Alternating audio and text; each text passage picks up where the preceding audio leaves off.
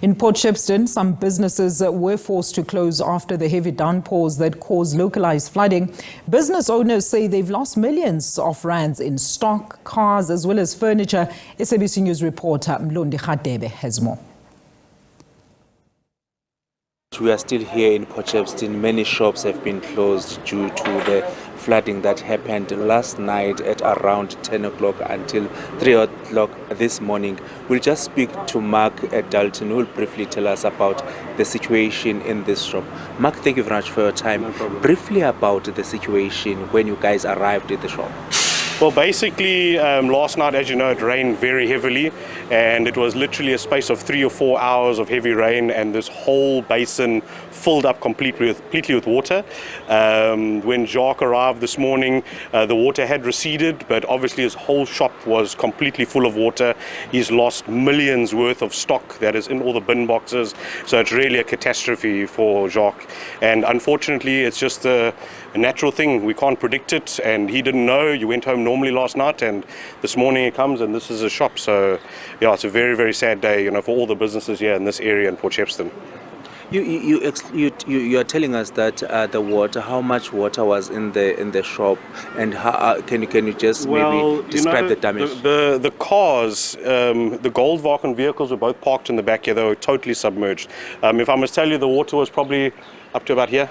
You know, the line is on the wall inside the whole shop, so literally the shop up to about so far inside the shop was completely submerged in water. Literally, when they opened the doors this morning, the stock and all the floating stuff came flowing out here onto the pavement. You don't even want to see in the back. There's a yard here. It is completely saturated with mud, and it's an absolute catastrophe. We've basically been here since I got here just after 7, and I've been helping Jacques to literally squeegee out the whole place, empty bin boxes. We've literally been emptying out boxes, throwing stuff away. He's throwing away thousands and thousands of rands worth of stuff that just cannot be used because it's got water damage. So it's a very sad day for my friend Jacques, you know, and obviously for me, I'm a merchant, so I buy lots of stuff from him, and you know, now it's a problem for me as well because they are my main supplier.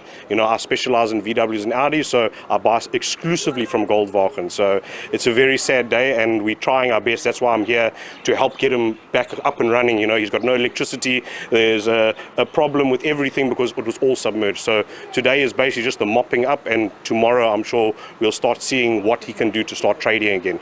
But yeah, it's going to be a few days before he'll be back up to where he even knows what is the extent of the damage. You know, right now it's just the mopping up procedures. It's very, very sad. And, you know, my prayers are going out to my friend, but I'm doing what I can here on the ground. But yeah, it's a very sad day for him.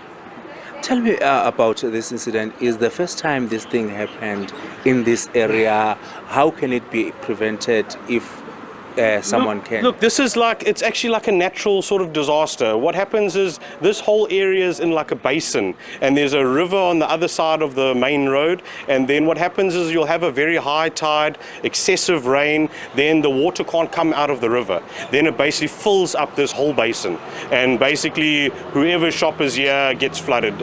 Since I've lived here for about 25 years, and this is probably about the 5th time this has happened, and there's no reaction plan. There's no like somebody has a pre-warning system, go dig open the river mouth. Unfortunately, there's no plan, so the businesses are left every time to mop up, you know. And I think the last time the water was just about as high as it was now, and I remember Jacques saying to the tune of something about 10 million that he lost on the last time it happened. You know, luckily he's insured, but still you're going to lose a lot of trading days. You know, you can't trade, you know, so we're turning away customers left and right because he can't check on his computer. He doesn't know where anything is. It's very, very sad for my friend.